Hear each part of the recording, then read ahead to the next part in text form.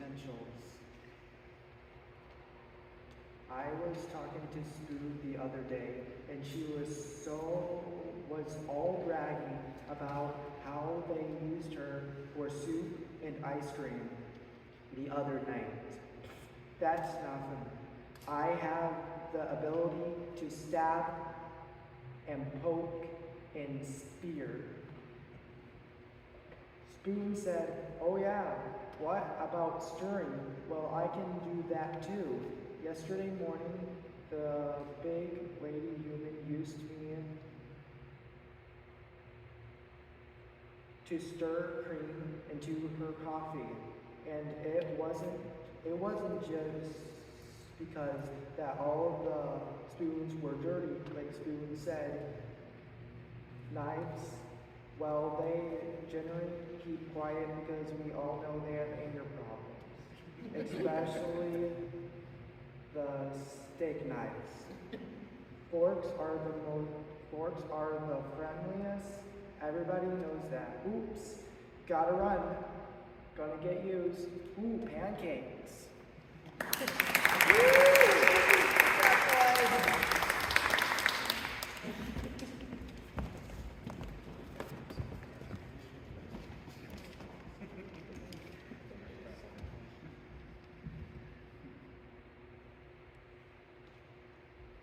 Hi, my name is Roz, and I'm going to be performing Daddy's Little Princess.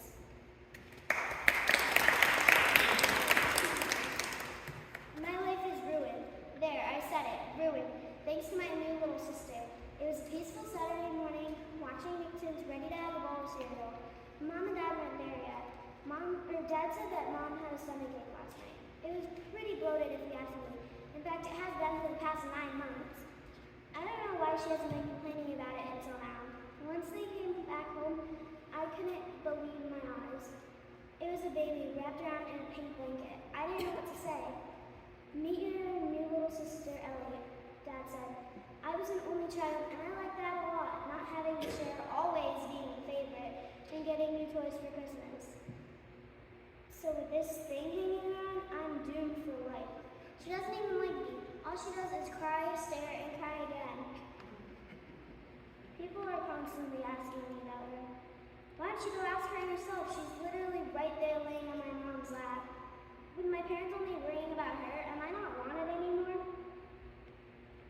I see how you are, Dad. You're getting rid of me? Well, I'm not your little princess anymore, and that's why I'm thinking about running away.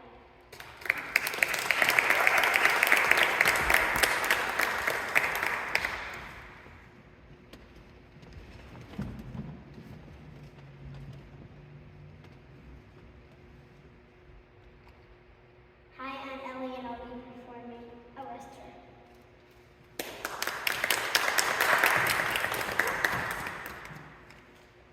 You need to arrest her, officer. I mean this Goldilocks person. She walked right into our house like it was hers. She ate the quirt that Mama Bear made for us. She was so hungry. She could have just eaten one bowl, but no. She had to find the perfect one. So she ate them all. And she didn't even bring the dishes to the sink. Gross. Then she went to take a nap in our bed. And she messed all 3 of them up. And then sat in our chairs and broke one. And didn't clean it up. Who does this sort of stuff? I think she should have to pay a big fine. Actually, she probably doesn't care about what she did. Fining isn't enough. I want her in jail so she can think about her behavior. Yes, arrest Goldilocks, arrest her.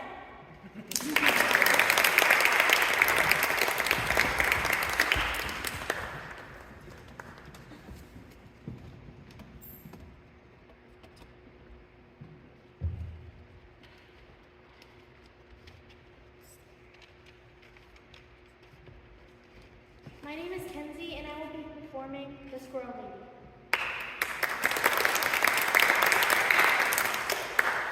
Bet you never heard of talking squirrel before. Well, newsflash, we all talk. We just never talk to humans. But I'm breaking squirrel code because I have to tell you this story. It's about a lady, a real old lady. She got white hair, and she's stooped over like a gnarled old walking stick. And you know what she does? She feeds us. Now you might think that's not a big deal, but in the squirrel world, it's the biggest deal. You see, most people go out of their way to make sure that we don't have food. Oh, they love to feed the birds, and they buy all these fancy contraptions that prevent us from sharing. Most of them don't work. And sometimes when we manage to get a little morsel, we get a bee in the butt.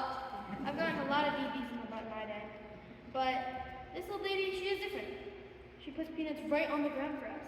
Every day she does this. We go to her house and see her at her kitchen table, sipping tea and reading the newspaper.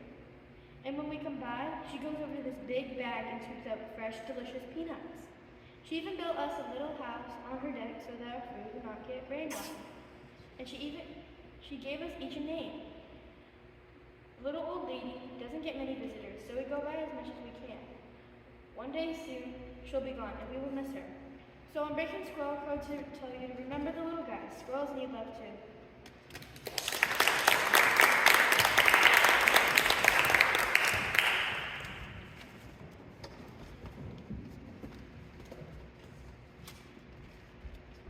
Hi, I'm Abby and I'm performing A Place to Hide.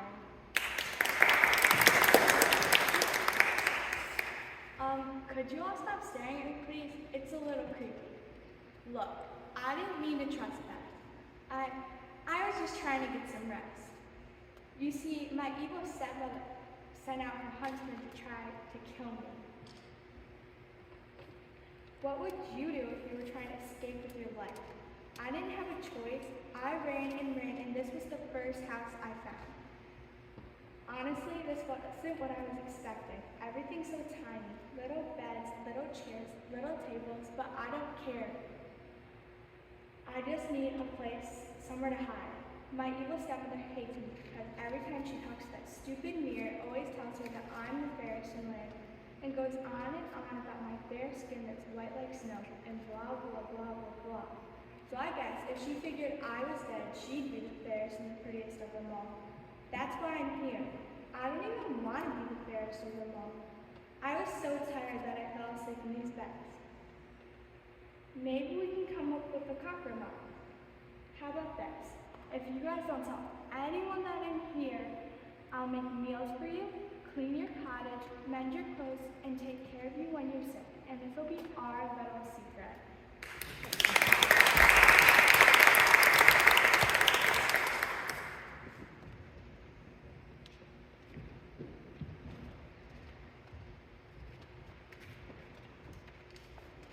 Hello, I'm Olivia Science, and I'm going to be performing colors.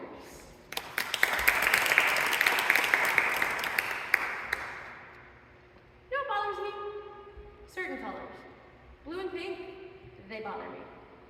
Blue for boys and pink for girls. It's a stereotype. If you're a guy, then it's blue strictly. If you're a girl, then it's pink. What if I don't want to think like that? I'm purple, I'm yellow, I'm green. Because I am my own shade of pink. I am magenta. Because I am my own shade of blue. I am turquoise. We are our own shade of any and every color.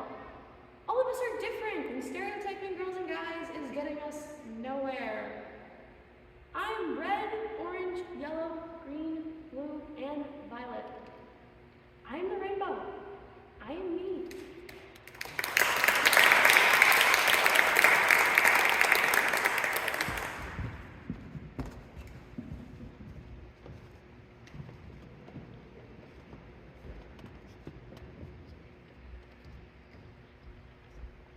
My name is Mark Farmer, and I'm going to be doing Lonely Leprechaun.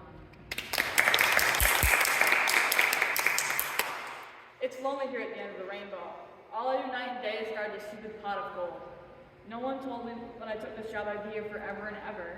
With no one to talk to, no one to share my strawberry jam and cheese sandwiches with, no one to play balloon stomp with. Oh yeah, I get the occasional butterfly or ladybug, but they only like to talk about flowers. And let me tell you, petunias and daffodils get boring after hundreds of years.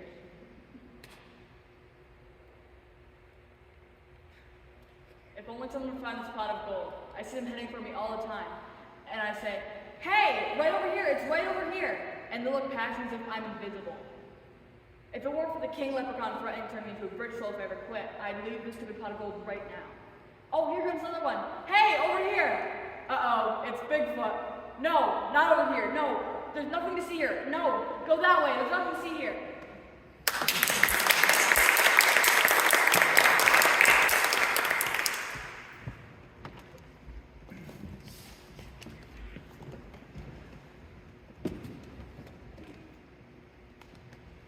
Hello, I'm Logan Moran, and I'm going to be performing Ungradable.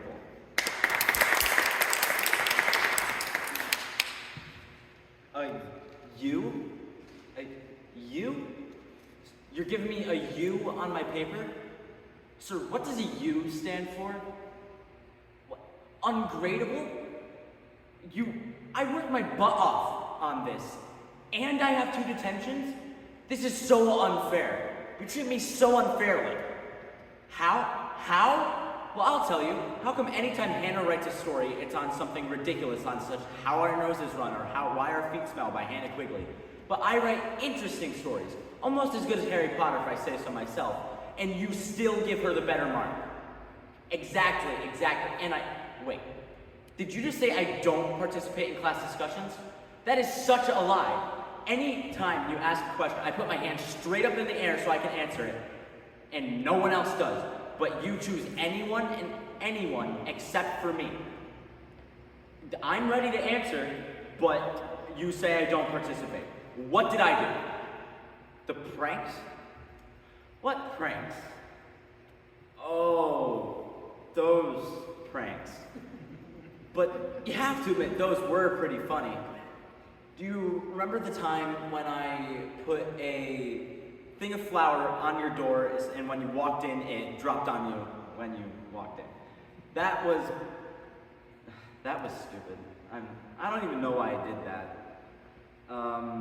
What about the time when I put a whoopee cushion on your chair and you were about to sit on it, but you noticed it, so you took it off, but then you went to sit down and your pants split?